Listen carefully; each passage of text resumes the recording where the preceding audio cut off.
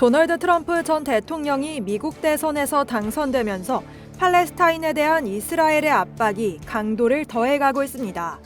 특히 이스라엘은 휴전 협상이 진행되는 와중에도 대규모 공습을 감행해 중동 지역의 평화 회복이 점점 요원해지는 듯합니다.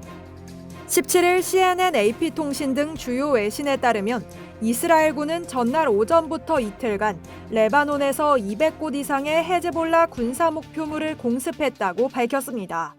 레바논 보건부는 이스라엘군의 이번 공격으로 16일 하루에만 29명이 사망하고 122명이 다쳤다고 전했습니다. 헤즈볼라 대변인도 이번 공습으로 목숨을 잃었습니다.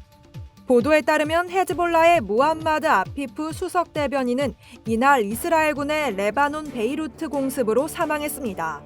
아피프 대변인은 이스라엘의 공격으로 사망한 헤즈볼라 지도자 하산 나스랄라의 고문을 지냈고 2014년부터 헤즈볼라의 대변인으로 활동해왔습니다. 과거 헤즈볼라 자체 방송인 알마나르 TV를 관리하기도 했습니다. CNN은 아피프는 이스라엘의 대규모 침투 작전으로 헤즈볼라가 깊은 지하로 밀려난 이후 얼굴이 공개된 몇 안 되는 헤즈볼라 관계자였다며 주변인들은 그를 강력하고 도전적인 저항의 목소리라고 불렀다고 설명했습니다. 아피프 대변인은 공습 당시 헤즈볼라를 지지하는 바트당 본부에 있었던 것으로 전해집니다.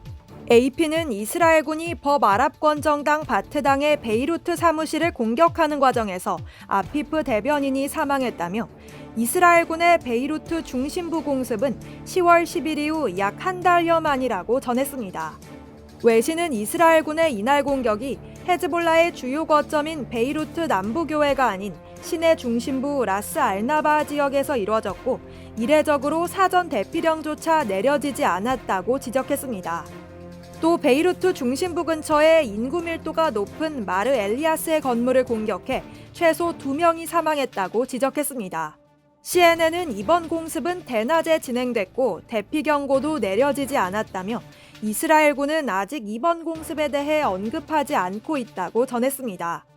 이어 이스라엘군의 아피프 표적 공습은 헤즈볼라와 이스라엘 간 휴전을 위한 외교적 노력이 진행되는 상황에서 이루어졌다며 헤즈볼라는 지난 14일 레바논 정부에 제출된 미국과 이스라엘의 휴전 제안을 검토하고 있었다고 설명했습니다. 파이낸셜 타임스에 따르면 이번 휴전안은 60일간의 1차 휴전을 위한 것으로 2006년 이스라엘 헤즈볼라 지상전 종식을 위해 채택된 UN 안전보장이사회 결의 1701호를 기반한 것으로 전해집니다. 이처럼 이스라엘이 팔레스타인에 대해 강경하게 나가는 배경에는 트럼프 전 대통령의 당선이 영향을 미친 것으로 풀이됩니다. 트럼프 전 대통령은 지난 2018년 재임 당시 이란 핵협정을 일방적으로 탈퇴했고 이스라엘 주재 미국 대사관을 텔아비브에서 예루살렘으로 이전하면서 이스라엘의 수도로 공식 인정하는 모습을 보인 바 있습니다. 이에 트럼프 전 대통령이 내년 1월 취임한 후에도 이란과 이스라엘에 대해 비슷한 태도를 보일 것으로 예상되고 있습니다. 이상 월드 디펜스였습니다.